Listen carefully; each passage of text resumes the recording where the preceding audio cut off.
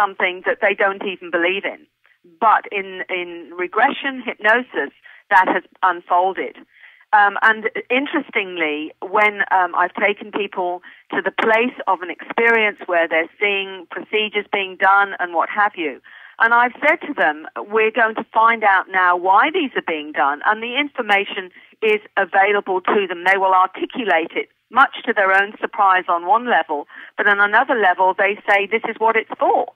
And it's interesting that in that space too, again, they may not believe in past lives, they may not believe in souls, they may not believe in any of that, but their subconscious has an answer, and the subconscious will often give this to them, even if they don't consciously believe it. They will. I remember one gentleman basically having a dialogue with this being in this experience. I wasn't saying anything. And he was saying to this being, well, I don't remember saying I agree to this. And he was saying quite angrily to this being in this hypnotic regression. And fascinatingly, he came out with, it was then. But I don't remember it, and I should have remembered it. And so he was giving himself his own answers through that deeper part of his own knowing, if you like, or the subconscious, was answering his own questions. I had nothing to do with it. That's fascinating. But he was getting the answers from that deeper part of himself. So when you work in hypnosis, it bypasses the conscious mind, the conscious paradigm. And so you do go into that other part of yourselves that has the knowing. But if people don't do that and they're still relying just on conscious understanding, then that may not be available to them and will not make any sense whatsoever. That's brilliant what you just said. I totally get it. I totally get it now. And how long have you been doing hypnosis, and what brought you into personally making that available to other people?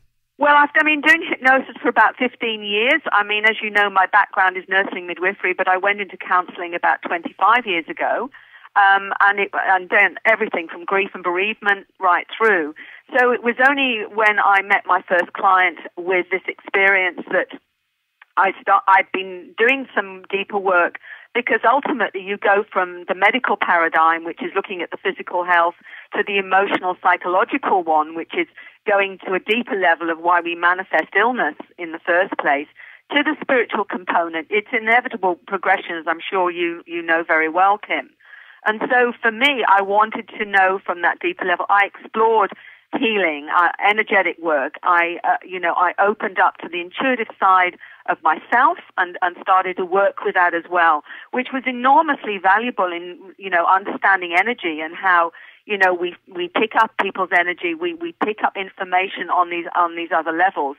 So hypnosis fascinated me because I know we're a product of our programming 9 times out of 10 when we're being programmed in utero, right through to 6 or 7, where everything goes on the hard drive, no matter whether or not it's accurate or not. If you're told you're stupid at 3, you'll take it onto the hard drive, and it is, you can be 33 and still believe you're stupid on some level, even though you've got 15 degrees. You must be a great hypnotherapist. Really? Well, it's a wonderful tool because it enables you to bypass the conscious. And, I firmly believe, absolutely, that we have all the answers we ever need held within us. I believe that our subconscious, superconscious self has the answers. It's just a matter of getting the key into that. And for me, it's about, using the tools I have to help somebody find that key, that wisdom within, that healer within. And I believe that we all have whatever we need, and we're our own guru, we're our own student, and we have it all within us. And so that's what I work with that premise, that everyone can answer their own questions and find their own way. Because as a soul, it would be crazy for us to be born onto a planet without the tools that we need. It doesn't make any sense, does it? Logically even. So that's what I work with. Why do you think it is, given the marvelous work that you're doing, that we can't just operate from our subconscious? Why wouldn't we be designed optimally?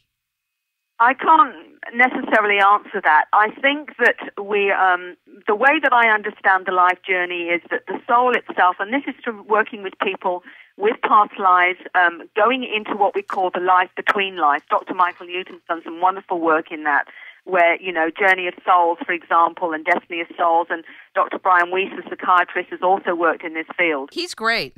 Fascinating. Well, this is the kind of information that has helped me to understand what I call the big picture.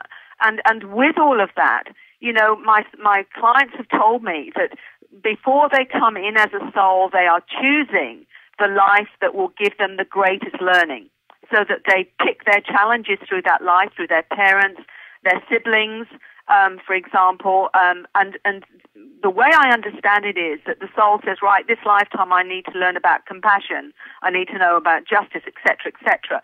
So what is going to give me the lessons that I need in this lifetime to gain the wisdom and understanding of those experiences? So it's not like it's predetermined in the sense that the soul has chosen, if you like, the subjects to learn. But what isn't predetermined is our attitude to them and how we choose to see them. And that's where the choice comes in, is how I understand it. So you can choose to see the cup half full or half empty. You can choose to see your experiences as a victim, or you can choose to see your experiences as a growthful experience that is teaching you more of what you don't know. So let me ask you this. You seem to be a person that operates with a profound amount of divine integrity and divine guidance. If I'm superimposing that on you, you tell me. But my sense of you is that. Is that your view? The way that, I don't know, all I could say is that for me, my primary role is to support people through their journey in the way that, I was a nurse, a counselor, is that I feel like I'm here to serve. I feel like I'm here. I suppose I'd like to die knowing that in some small way I've made a difference, that my life has been purposeful, not only for myself and my family, but I've left a few people better off for me being around, if you like. That would be my tombstone, that I've made a difference somewhere along the line. I'll tell you a very quick story about how meaningful that is to me. Is when I was in England, I gave a talk in Oxford, and I had a lovely old man of 75 come up to me as I was on my stand with my books, and he said, "Hello, Mary." He said, "You don't know me, but," he said, "you might remember my name. My name is Bill." And this beautiful old man was barely able to walk. He was disabled, and he says, "I've come from Somerset." And he said, "And I've come here today to say thank you." And I said, "What for, Bill?" And he said, "Because you saved my life." And I didn't know what to say to that. And I said, "How?" And he said, "Well, you were the only one that when I was desperate, nobody would believe me." And he said, and I'd written this letter that it got sent to me from a magazine in England, because they didn't know what to do with it, because they knew I supported people. And Bill was from the Navy. He'd seen the craft. He'd touched them. He'd had nobody to talk to. He felt he was going crazy.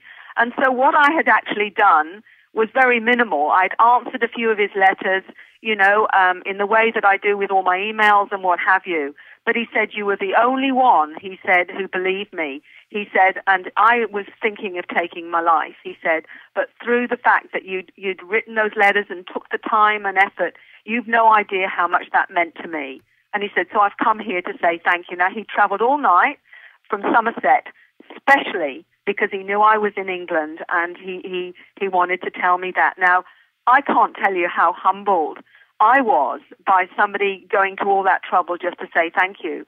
But it reminded me of how important it is that we don't even know half the time how we help people. We don't know with a smile in the street or whatever how much we can make a difference.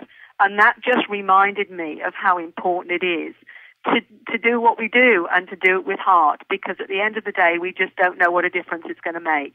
So that stays with me, and that's my mandate.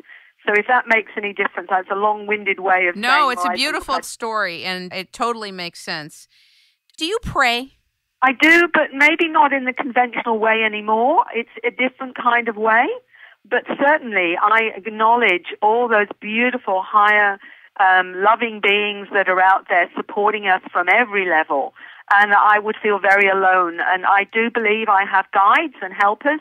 I do believe I'm supported by some of these beings that we call extraterrestrial. I feel them around, and some people say they see them with me when I